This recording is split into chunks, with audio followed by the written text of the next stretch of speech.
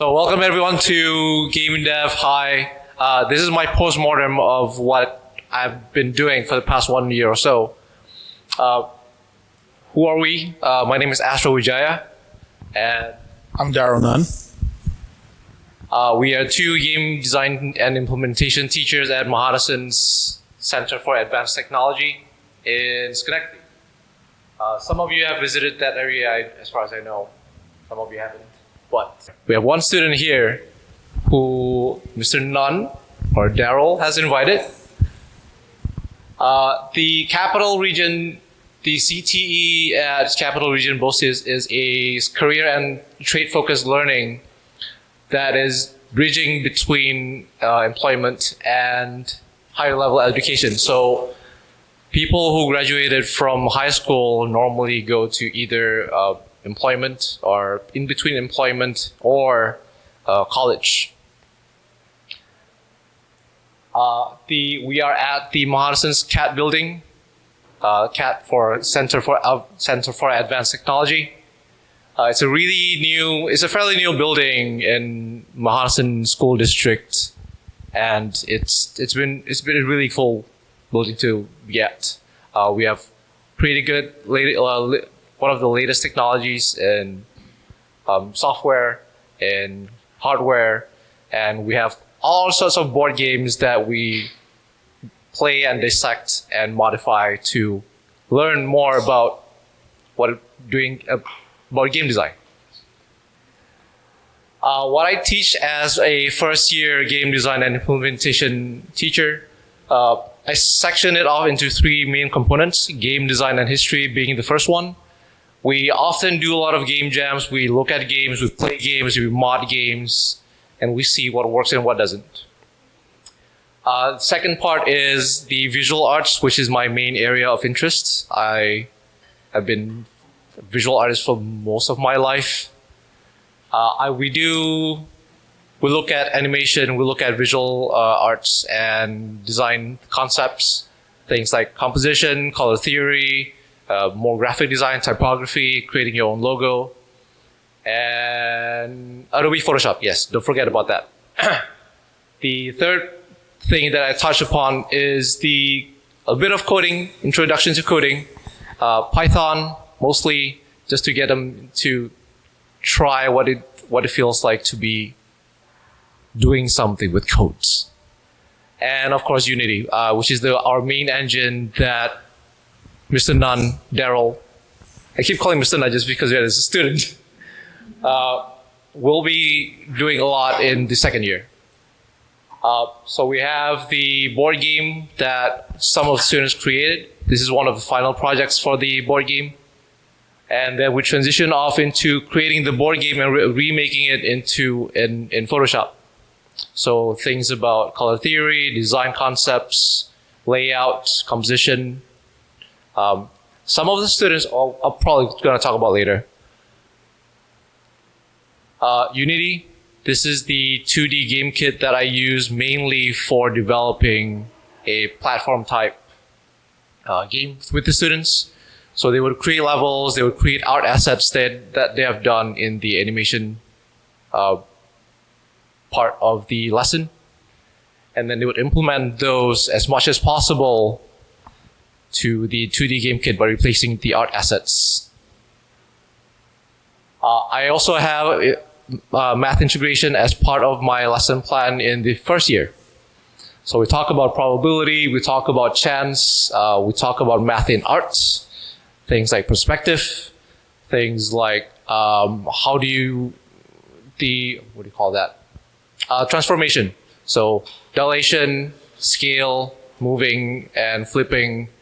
How do that relate to a 3D? How does it relate to a 2D plane as far as math goes? We also talk about career path and personal finance. Career path is something that we are currently working on for the second year, for the upcoming year. We didn't do that in the first year, but I think after talking with with our math integration teacher, we feel that it's something important for them to know. So for example, if you're interested in pursuing visual arts, what sort of career path do you want to do? you want to be art director? Do you want to be technical artist? Do you want to be character animation? Do you want to be a 3D modeler or 3D animation artist? Those are the things that we could help them to find out as far as where do you go? Where do you want to find jobs? Where do you, what sort of salary range would you expect for a beginner? And then logic in math would be tied into coding as far as and, NAND, or not. Now to the second year. Hi, everybody. I teach the second year. I'm Daryl. Students call me Mr. Nunn. I have one of my alumni here. So what I teach. So at the beginning of the year, we go into a coding boot camp. It's about 2 quarters of the year of coding using C#. They learn how to code 4 games, ranging from physics to learning how to create multiplayer games. And then their 5th game, they go on to make an original game that they design in a group. And then we move on to, we do 3D art and software. We do 3D modeling, animation, and we continue to Photoshop they learned in year 1. They add this to their game after they've completed it. So they learn what it's like to make a fun game versus making a good-looking game. So if you make a fun game and you can make it look good, you know you have a great game. And then there's a continuation of game design with focus on real game development. Towards the end of the year, the goal is, this year was a test run, and it went pretty good for a test run. So next year, built into the curriculum is all the students are going to take a role, and the classroom is going to become a dev. And we're going to have a production team, we're going to have an art team, we're going to have a sound team, we're going to have every single aspect there is to making a game, and everybody's going to pick a role, and we're going to make a game. And then there's Skills USA. I am a Skills USA advisor. If you're not sure what Skills USA is, it is a leadership organization built to develop the soft skills that students need to thrive in the workplace. It's one of the biggest things that, even in college, that students are lacking when they graduate is the soft skills. How to communicate, just to even get up and do something like this and do a presentation. Even just a simple hello, eye contact when you shake their hand. So just simple things like that so that they can be even stronger with their technical skills. So what I teach, I talk about coding. This is what C# looks like if you haven't seen it. This is inside of Unity. If you see here, there's some movement code, and at the very bottom, you can see the beginning of showing how to set some gravity in code. We get really in depth. This is not a point and click, drag and drop. We code from the ground up. So this is one of the students here prototyping a game using Unity. So we do prototyping, they do QA, they do testing. They test out the games, they write up notes on what they like and what they don't like, and how they would like to improve on the game, like the same way we do in the studios for testing. 3D art. This is one of my students' 3D modeling pieces here. How many of you are familiar with Pokemon? Anybody can name these Pokemon for me? Honedge, Aegislash. I don't know. Yeah, that's right. Double Edge. Double Edge or something like that. Yeah. And then this is Skills USA. So in our building, in our program, this is a given. They're going to have technical skills. They're going to learn this in college. They'll learn this in every school they go to. They're going to develop the technical skills they need to thrive as a coder or artist or programmer. Did I say programmer twice? Yeah, I said coding and programming, sorry. But the Skills USA, our main focus is the workplace skills and the personal skills. That's the hardest. Because when you do research with colleges, they say these skills are what students are still lacking graduating college. One of the biggest things is communication, decision making. In the game industry is just teamwork. being multicultural sensitive, being able to plan, organize, and manage on your own. Leadership. Leadership doesn't always mean being a boss. Sometimes in the gaming industry, we have to own up to our role as just a game designer or an artist, and we don't have somebody micromanaging us. It's our responsibility to get the work done, so this is what we teach them, to have leadership over their own work. For the personal skills, to have integrity, do not give up. Have to persevere, have a good work ethic, be professional, be responsible, and be adaptable, because it's the gaming industry. We're always changing. And then to be self-motivated. You have to be self-motivated. Because a lot of students, they come in and they're very, introvert. And it's okay to be introvert, but learn how to manipulate through and still communicate to get your point across sometimes, even as an introvert. I'm an omnivert. I know when to be extrovert and when to be omnivert, and I'm introvert right now, just with a little extrovert in there. But hand it back to. So from what I learned in the 1 year of teaching since September, well, not really 1 year, close enough, whatever.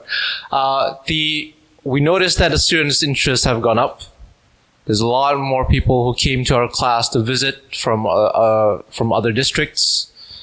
The students' enrollment for 2019-2020 has gone up quite a bit. I say quite a bit, just want to, not to be too... Tone it down. We have about 90 students as far as we can tell, and that's split between the two of us. That number might go down depending on the region's exam and depending on if they want to stay. So the number fluctuates. So to give you an idea about the numbers, when the program first came to the CAT building, the Center for Advanced Technology, there was roughly about 40 students. And now we're looking at somewhere between 85 to 96 students this coming school year. So, I want to say it's a happy catastrophe, but also it's something that we have to manage because there's so many students and there are only two of us. And when the next year comes, so we have about 3 year one classes so far. Among them is about 60 students. If all of them graduate, we will have probably close to 2 full class of 25 or more. And that's going to be a headache for Mr. Nunn here, who is teaching in second year. A challenge, I would say. Yes. A challenge. And following the 2 school years previously, your students have won or has medals in Skills USA competition. Yes. Would you like to explain what a Skills USA competition is? This is not the part I promote because I don't want it to be about the award. That's the bonus. It's like they said, Skills USA is about the leadership. It's about developing skills. But there are competitions, local competitions in our state that the students can participate in. And they're held in Syracuse. And last year I had a class take second place. And this year we took second place. And we had some technical difficulties. And we still placed. It was some really bad technical issues, very last minute. We still placed in third. And we were the only class 2 years in a row to use Unity and have a full 3D program. All the other schools use GameMaker. So I pushed them. I pushed them really hard to be as close as possible to the real thing so that when they pursue this as a career, they know what they want and what they don't want. A good example, I have a student here. He is stuck in between a writer and an artist. He's a phenomenal artist. He's a phenomenal writer, and I'm going to push him right now because he has published a book. So I'll give you a round of applause there. And this young man is only 18 years old, so he has a bright future ahead of him. Anything else you would like to add? No, just I think, especially with Tech Valley Game Space, looking into Skills USA, just kind of seeing what it's about. I know they struggle to get judges to come out there, and I know they feed you really good. and it's only a 1-day thing for the event. So if you can do some research. I'm a judge for animation. I can't judge game design because I teach it, but I judge animation. So. I was just wondering, for anyone who might be interested in getting involved with Skills USA via judging or any other method, if they put out calls for people to do that at any point, because I'd be interested in, and we could also help spread the word to our community at the game space. I could definitely get you in contact with the person who runs the tech part of the competition. Yeah, that'd be great. Thanks, Joe. So what have I learned? This is the interesting part for me. Top of my list is the quote-unquote gamer mentality, the opinions and banters, and a bit of toxicity among students where they say, okay, your game sucks. Because what? Why? Why does your game suck? Why is my game better than you? So there's a point later on in my slides that I want to take the opportunity to create a learning experience. Second point is there's a disconnect between school and an actual workplace, because it is a school compound, it is a school program, but we also wanted the CTE to be a simulation of what a workplace could be, because there's a lot of classes at CTE that basically reflects for example, machinings, they have machines that they use in the workshops. In the engineering. So in our building, we have machining, we have welding, we welding. have engineering technology, we have theater. Actually, it's called entertainment tech now, no longer theater tech, it's entertainment tech. And then we have the game design course. And CTE stands for Career and Technical Education, if you hear CTE. So there's a lot of things that they emulate to mimic what real world workplace would be like. So we want to do that. But the problem is, it is a game design class, and a lot of students came in with the assumption that they might just play games and pass the class, and no. Not gonna happen. It might be different. It might be sort of different in the upcoming years, just because we've set during the visitations that we don't just play games. We also look at games, see what what makes them tick. We also make art specifically for games, and we also look at coding in the way that game developers would. Also, classroom and student management is hard. The most challenging part for me and the most fun part for me is coming up with the lessons that would challenge the students. This is the one that I'm sort of struggling with, just because it's not a subject that I personally am good at. So I'm still learning. There are students who have dipped their toes in game development, surprisingly, or perhaps unsurprisingly. They have expectations and area of concentration that they're interested in. A couple of my students, my first year students, have played around with Source Engine from Valve. And he has built models and animations, and he knows a bit of Photoshop, a bit of image editing programs. Another one of my students have made animation sprites, and he's pretty good at that too. He's also looking into getting into 3D modeling in the following year. So there are students who knows what they want. And there are some who came in not knowing what they want, but we hope that they'll be able to find what they want to do in about 2 years or so. It is not easy. It is not easy to get students to play games that are beyond what their usual menu is what they say. If you're comfortable with Fortnite, getting you to play Settlers of Catan is going to be challenging, so to speak. Those of you who don't know what Settlers of Catan is, please look it up. It's a really good, fun game. It's a step up from Monopoly. I wouldn't want to say that. There's so many more things that you could do, and there's so many more meaningful choices that you could make in that game versus Monopoly. Also, to get them thinking about and just voice their opinions about why certain games are fun to them. Not just because, all right, this is fun because I know I like to shoot people in Fortnite or something. But think about the mechanics that will make it fun. You have the building mechanic, you have the traversal mechanic, you have the different sort of weapons, a bunch of stuff. Lastly, do you want to say? I want to add this to the whole it's not easy part with the student management and the video games, because the students have expectations of video games because they play Fortnite, they play Call of Duty. They think they're going to come in and make these games. I'm not saying that they can't make these games, but we are in a school environment. So the tough part is to get them to detach themselves from violent games and make a game that still uses those mechanics in a friendly way. So a good example is, instead of taking a life bar down, let's fill a life bar up, and let's make a water gun game.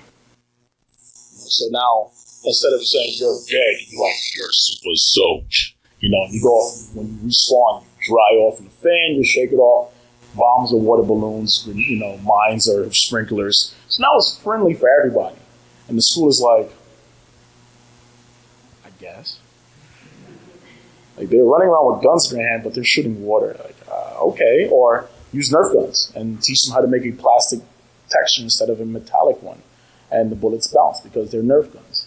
Or you can use the sticky tips where they can stick to things instead of destroying things. So this is the gray area that you can manipulate the kids and keep them engaged. And that's kind of what I do in year 2 because I do more 3D. So when they see 3D, they're like, I want to shoot. I want to do this. So what I do is I break up all the mechanics that they love. I teach them FPV, not FPS. FPV is a first-person view game. And then I throw in portal mechanics into there with puzzles. And then we separate it up with the shooting is in a different game, and it's top-down, and they're shooting alien ships. And it's comical, so it's rated T. So it's okay for school because it's comical violence, not gory violence. So, yeah. Another thing that I regret, and this is because of generational gap, the last point of my slide is no one plays Street Fighter, because I have to explain what the counterplay between rocks, paper, and scissors in a game that some people might be familiar, but nobody plays Street Fighter. But students play Super Smash Bros. Ultimate, so that's what I think one way to connect with them next year, because I will be able to play the game and hopefully understand the mechanic enough to explain, okay, this counters that, this counters this one counters the other one.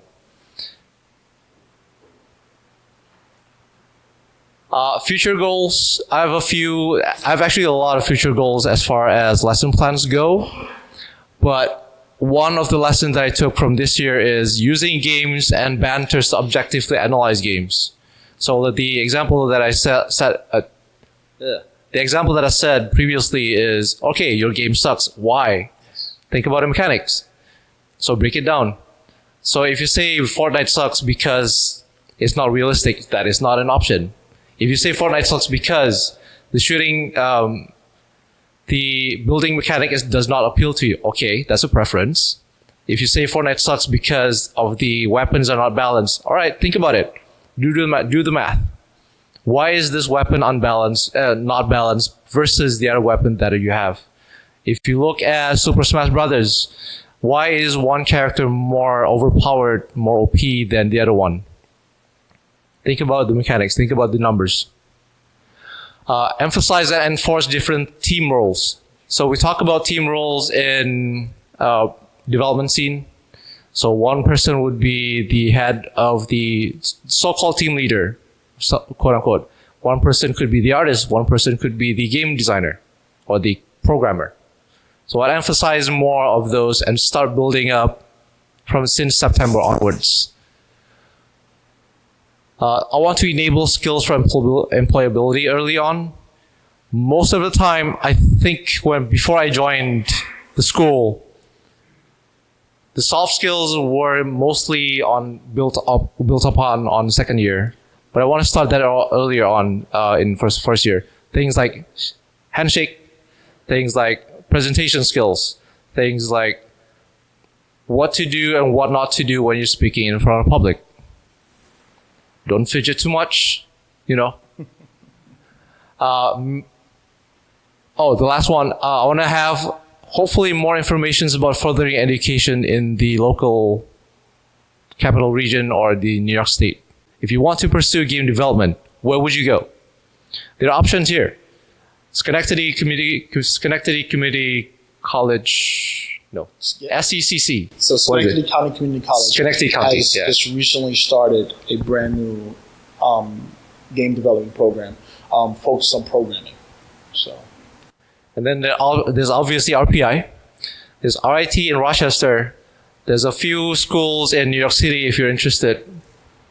But beyond that, there's a lot of options in the United States. Wish list. This is both our own personal wish list. I want to expand it into a 3-year program, but it's going to be very hard to do. What I want to do and what we agreed upon is during your first year, you'll be focusing more on your basics, what I've been teaching. Second year is you'll be focusing more into your target of interest. Third year, hopefully you can make a project and go outside, getting internship, job shadowing, anything that would get you real life work experience. A third teacher might be nice for when the class gets to like 6 classes or something. Keeping up with technology and hardware and software, most of the time they've been pretty good. They've been very accommodating as far as we need hardware to do something, they would give us. Although I want to caution that the laptops are getting older, but you know. What can we do to help them? We want to establish relationships with local game companies or local game communities like TVGS, obviously. Opportunities for work-based learning. Work-based learning is the, how should I put this? Would you be able to? Yeah. Work-based learning is basically exposure to the industry. It doesn't mean that we're looking for a student to come and physically work on a game with you. Just being exposed to you is all we're asking for. If you have a programmer that's available, an artist that's available, a designer that's available, just even an hour, maybe 2 hours, every once in a while during the school year will be phenomenal. This will help. The purpose of this is to help the students know what they're getting into so that they know they're making the right life choice and that what they're pursuing is their happiness. So, also opportunity to work on some real world projects. Yes, would be awesome too. We have one currently in progress, but there was a student. He was an amazing coder. He took my boot camp and he focused. I allowed him to focus the rest of the school year on coding, and he coded 3 games on his own in C#. One of them was a Batman grappling hook. One was some enemy wave controls. He did a 2D fighter on his own. And then he made a mobile clicker game all on his own. And I felt like if he had an opportunity to be exposed, he might have had the opportunity to have taken on a part-time co-op. That's how good he was, or is, I should say. And he's going to continue and pursue computer science, computer technology in college. So, yeah, speaking of opportunities, anyone? I know 2 of you here have spoken to our students. Thank you for that.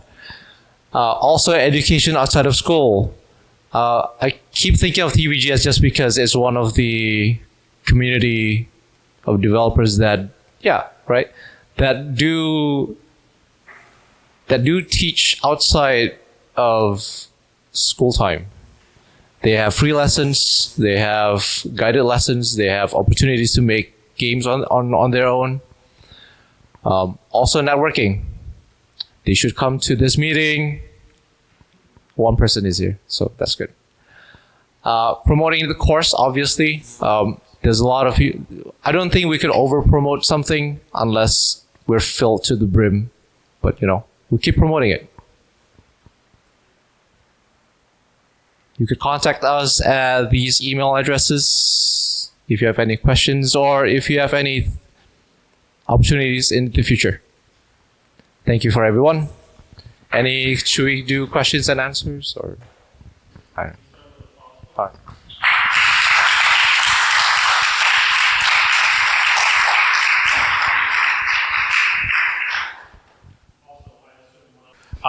So my question is, so the TVGS obviously has a couple of different programs happening during the weekends, including the beginner game design and the 3D game design. However, one of the stumbling blocks that we've been dealing with is trying to bridge the gap between those two programs, because one of the hardest problems you have is, we can't really teach programming in a day such that somebody can jump onto from Construct to Unity, like one program that doesn't require learning how to program and one that does.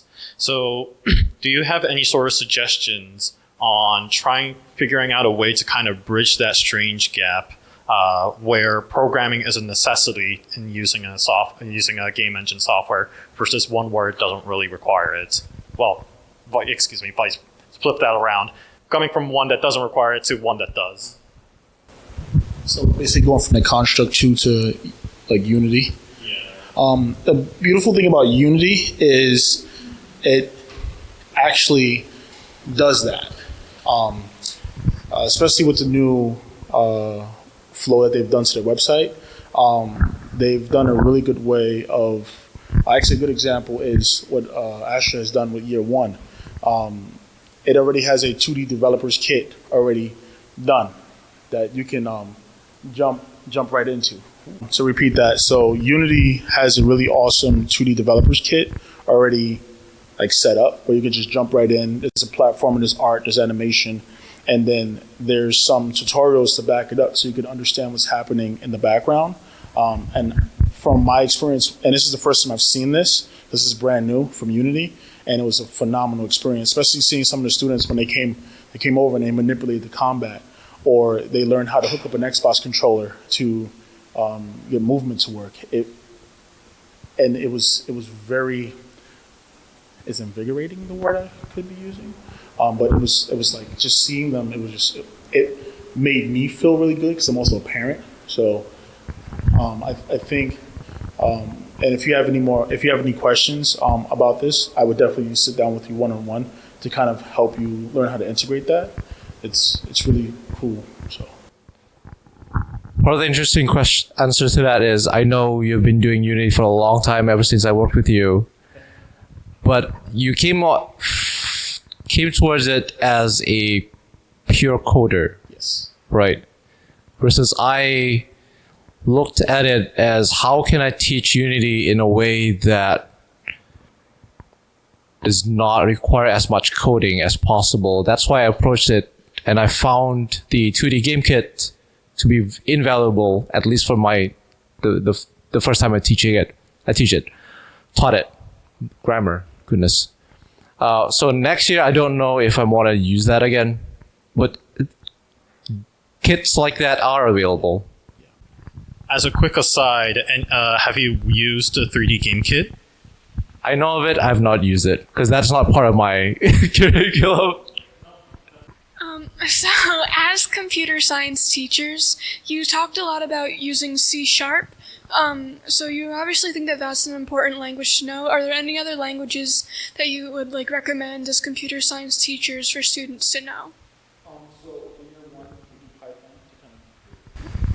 So in year one, we do Python to kind of help introduce them to that, and then we expose them to Unity, and they can see some of the C# going on.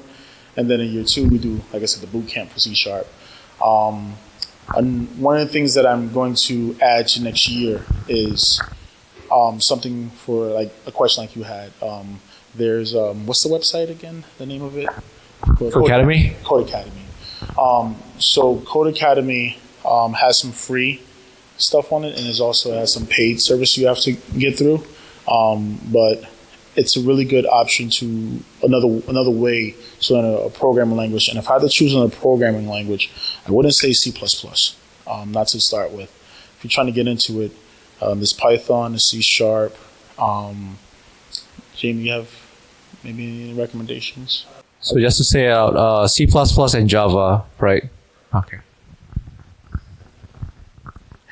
So just to like kind of intensive, just like my question, like, well, I actually already have some experience, so I was like wondering, what do you think is the best for like a career, or just like most useful? If you're talking about a career, this is just like any job. You have to do your research.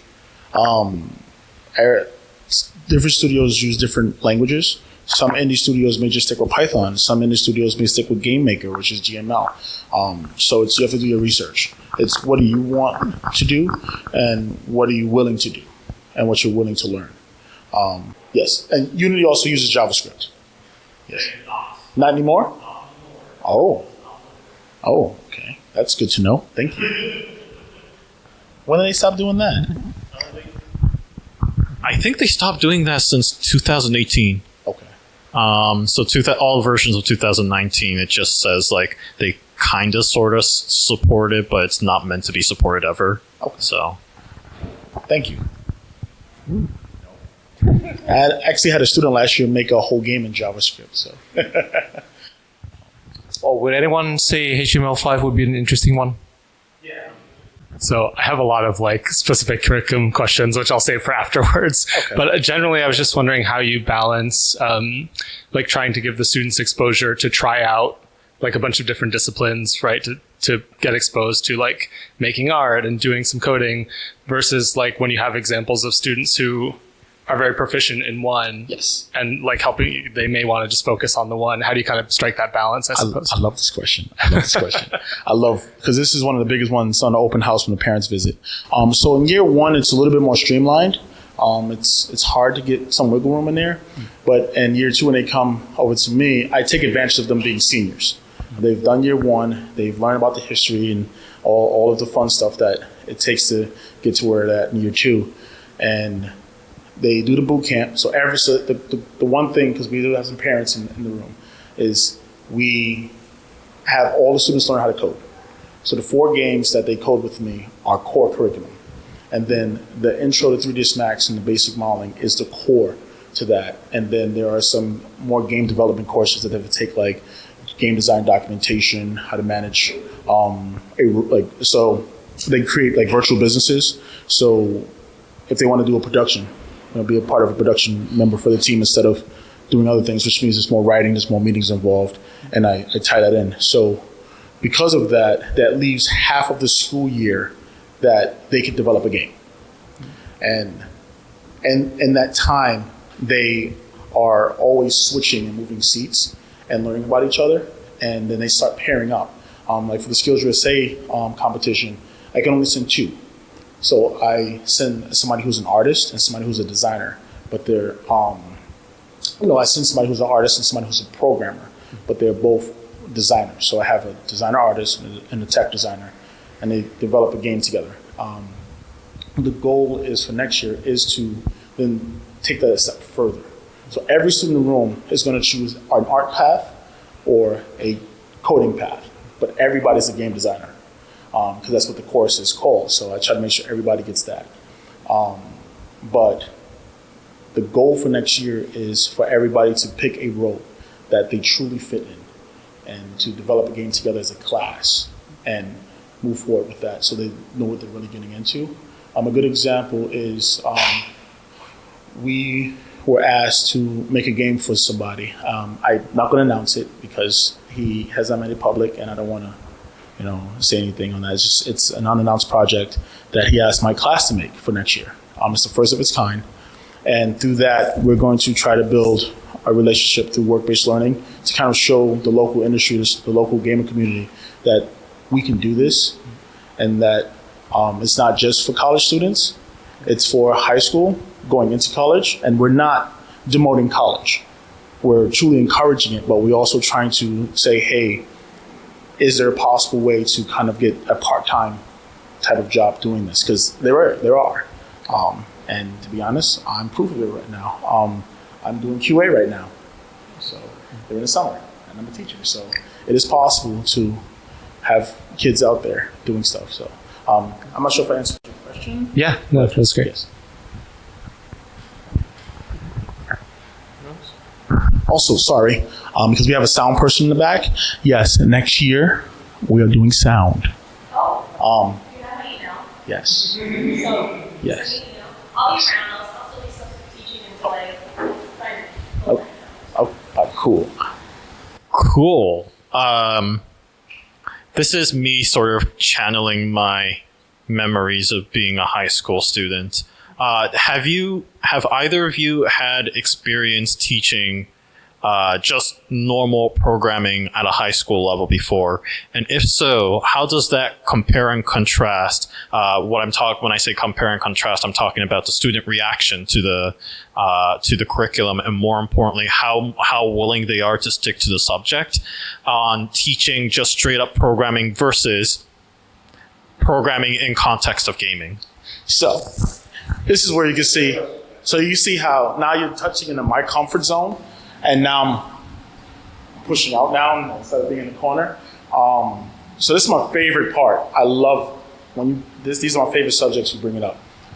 Keeping the students engaged. So I'm gonna tell you right now, everybody. And my student right here, please stand up, please. I'm sorry. Can you please tell them your name? John Van Buskirk. So John here didn't want to do coding. Nobody did. Because you know why? They see it as a whole new world, a whole new language. It's challenging. It's intimidating. Saying it's like me right now going to South Korea, don't know any Korean. I'm like trying to. It's like me going to South Korea right now, don't know any Korean, and trying to survive. It's tough. It's intimidating. But if you don't give up and you persevere, you can push through.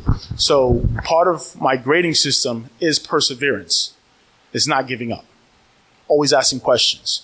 And there's going to be, like I've had a few students that they've done a phenomenal job, but they don't like coding.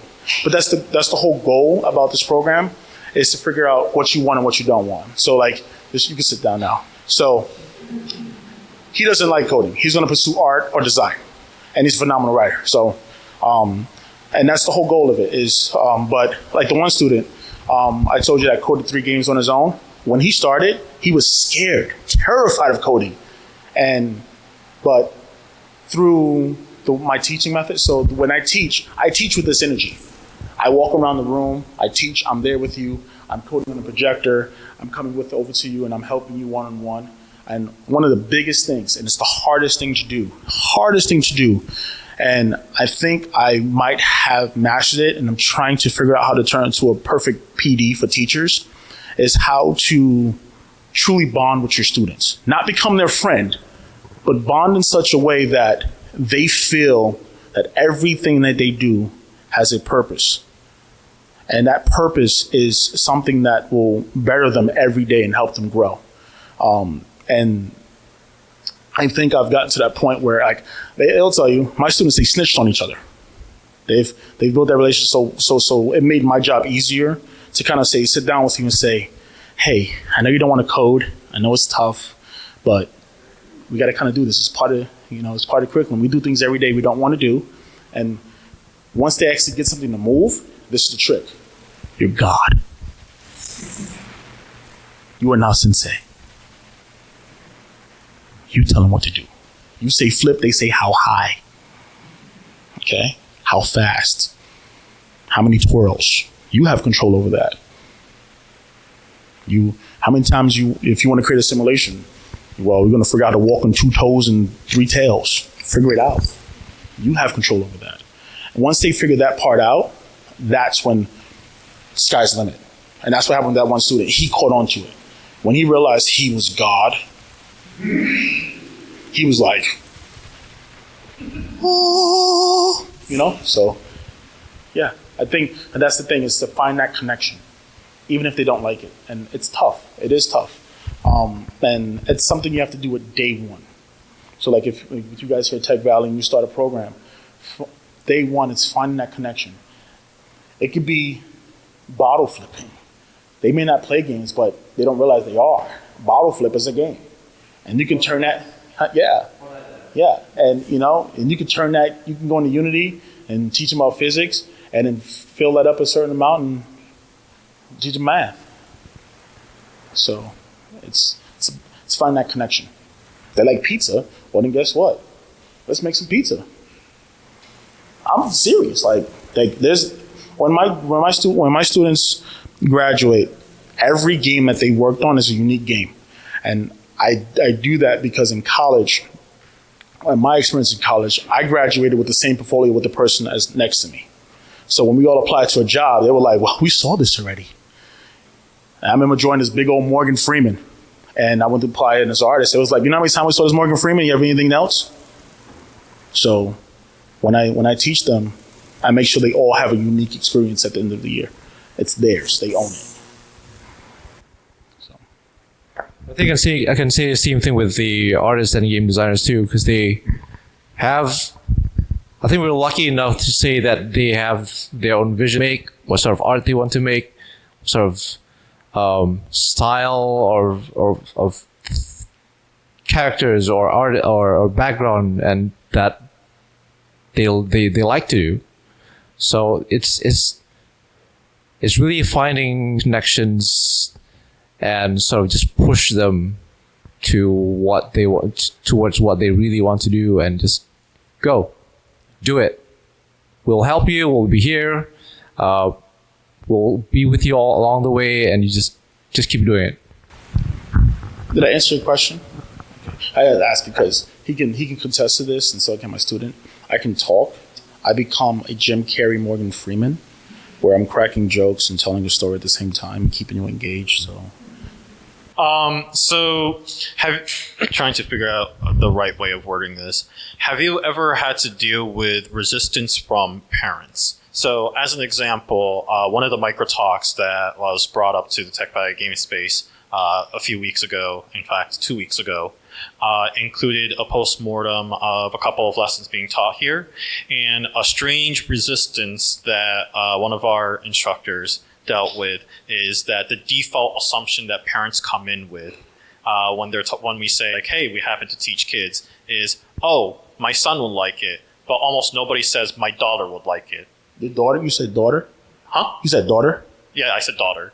So, like, that's, I mean, when I say resistance, like, I'm not saying, oh, we don't want our kids learning that. I mean, like, just how do you fight against, or have you had to deal with some preconceived notion of what your lessons are about? And as a consequence, what have you done, if at all, to prevent that sort of limitation from happening? So I've been teaching for 2 years now. This September coming up would be the third year. And the past, so in 2 years total, it's a very dominant, male-dominant industry. I've seen a total of 5 young ladies in the program. I think next year we might have a few more. I have 3 in my first year going to second year. So 3. So yeah. Okay, so there'll be 3 next year, and then I don't know how many's coming in as juniors. But the main thing is, like, for me, I worked at First Playable. The company is owned by a lady, a woman. When I was there, half of the employees were women, and half of those women were engineers of some kind. They programmed. They, have one that, she's in South Korea now. She was a phenomenal software engineer, made all of our tools. So I use that. I also talk about me being a parent. So I talk about my daughter, and I tell parents, I'm not afraid to tell parents, like, hey, this is an industry for everybody, not just for, males or, because the issue is all tech programs. It's not just gaming. All tech programs suffer from this because it's not our fault. It's the school's fault. And yes, I'm calling out the school system right now. Yes, I am. Because young girls start off the best scientists. They do. until they get to middle school. And then they start seeing all of these male role models. They start seeing all of these men dominating these industries. Now they're smarter. These young women are smarter now. And then they are being persuaded into nursing and all these other fields and art. And I love art. I'm an artist. We have some artists in the room too. But that's the direction that a lot of people direct them. They kind of, and they don't do it on purpose. It's a lifestyle that we've developed. It's like when we go to the store and shop, we get in line. That's basically what happens. They're lining them up, and it's subconscious. And if I know there's a lot of schools now starting new programs in tech for girls only. On like again, you talked about the one earlier today, which announcement is game devs of color. So like areas like that will help show women that they can play a big role in this too, because that also helped with the big female movement in the past. When people fought for their rights of color, women were fighting for their rights as women. So we kind of have to do that in the gaming industry. So. Hi. As a follow-up to that, because I was a student at Mohonasen 10 years ago where I was taking pre-engineering courses, and the sexism was very strong, as was the racism. It was mostly white dudes. I was the only girl in my 9th grade class. I got ripped on for being a girl the entire year. The only Puerto Rican kid in class got ripped on for being Puerto Rican the entire year. So I guess I'm just wondering, has that sort of culture changed? Have you noticed any of that sort of stuff going on, given that you have a male-dominated classroom, probably a white male-dominated classroom, I'm assuming, because that's the demographic of that area, so... Yes. So yes, it is male dominant. It's Caucasian dominant. But for that first part of the question about the whole being picked on or having any bullying issues because of race or gender or anything of the kind that's not norm now, which should be norm now. No, it doesn't happen for me. For me personally, I'm not saying it doesn't happen in other programs. I'm not saying it doesn't happen at Mohonasen still, but I know in my classroom, it doesn't happen. It's because of my personal upbringing and the rules are set in my room. My rules are set from day one. I do not tolerate it. I'm also a survivor of 9/11. So when students hear about shootings and stuff, I talk about 9/11, how I felt. I was in a situation like that. I know what it feels like, not to have bullets coming after me, but planes coming after me and buildings crumbling around me. I was there, so I used that. So I used my life experience to kind of say, hey, I'm an African-American male teacher. I'm young. I've lived this experience. I've also grew up in foster care. So when I have students that have hunger issues, they don't get made fun of either. I have a rule too, you bring your food upstairs. Nobody goes hungry. Class starts, well, bring your food upstairs, because I'd rather you eat and listen to me give a lecture than you eat and not hear a lecture, because then you miss it. You may not be able to take notes, but at least you heard something. You get to absorb something so that when I come back to you, and it's the same thing about I bring up subjects with the girls.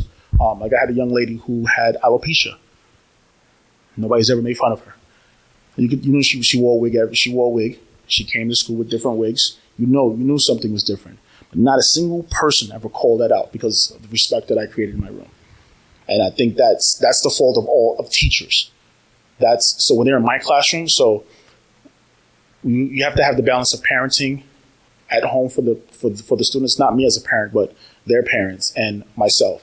And then in my room, like I said, and what they do outside of my room, I have no control over when you come in. And I say that too. I say, look, do not bring that in my room from day one. You must respect myself and respect others. And I give 3 to 4 presentations throughout the school year to help with that also. Because when I give presentations, I don't just grade for the presentation, I grade for observation. How respectful you are to the presenter. So it's all about respect throughout the whole school year. So, thank you. There's a bit of teasing and bullying and sort of like, all right, I want to talk about like game tiers and competitive tiers and all that. Okay, you're a bronze. I'm a platinum. Platinum is higher than bronze. So therefore, I'm much better gamer than you. But no, I usually nip it in the bud and say, all right, this is not supposed to be something that I would allow once in a while, but up to a point that it becomes a power bully, then I have to put my hands down.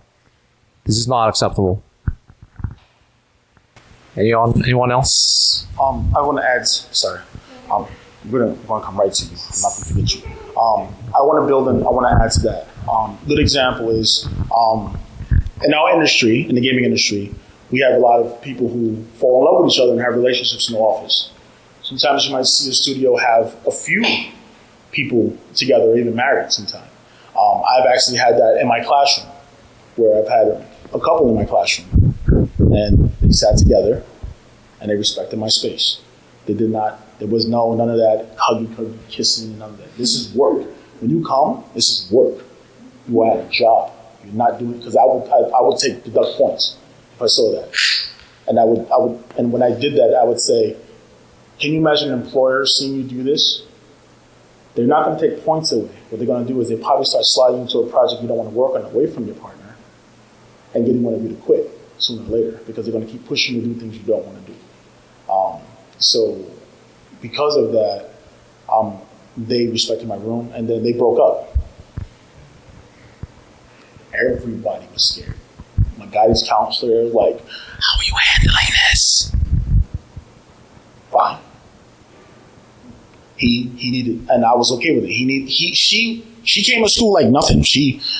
Whatever. She was happy the next day. He missed a couple of days, and I told him, he said, if you need those 3 days, go ahead. Because when you come back to my classroom, you're working. You're going to respect the space. You're going to respect her and yourself.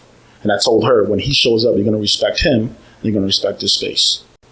So, and it worked. And that is my wife. But yes, I just, it's something that has to be nipped in the bud at the beginning, and you cannot let it slip. You can't even joke around about it. So when I joke, I try to get the students to joke about themselves, because we grew up, a lot of the older people in this room, we grew up with comedians that knew how to make fun of themselves before they made fun of other people, which is why comedy, when us growing up, was okay to a degree, because they knew how to make fun of themselves. So I do things like this. Hi, everybody. How you doing?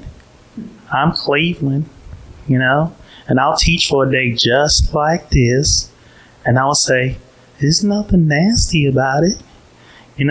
Just have a good old day, and just see how they respond. And usually they're like, at first, like, oh. But what if that was my voice? What if I really did sound like Cleveland? You have to deal with it, So, but yeah. So let's. Okay, so this might be a better offline question, but I was intrigued by your comment earlier in the presentation about how you grade more for perseverance rather than how much you completed. As somebody who teaches an intro to data analytics course, I have sort of that same issue. Where I try to give people the ability of, so if you're struggling a bit, here's something basic that you can kind of try and do in the playground, which is what the assignments are. And here's something more advanced if you finished the other one earlier, so that there's some sort of scaffolding, and everybody gets challenged. But I'm curious to hear how you actually capture and grade the perseverance. When I grade perseverance, think of it as part of the daily grade. Did you make it to school? 1. Okay, that's perseverance in itself. Is getting up and getting to school. You don't like coding. Did you quit? How many times did you complain? How hard did you push yourself? And the thing is, did you make a mistake? Did you make a mistake twice? Did you make a mistake? And you can make a mistake 10 times, but did you quit? Okay.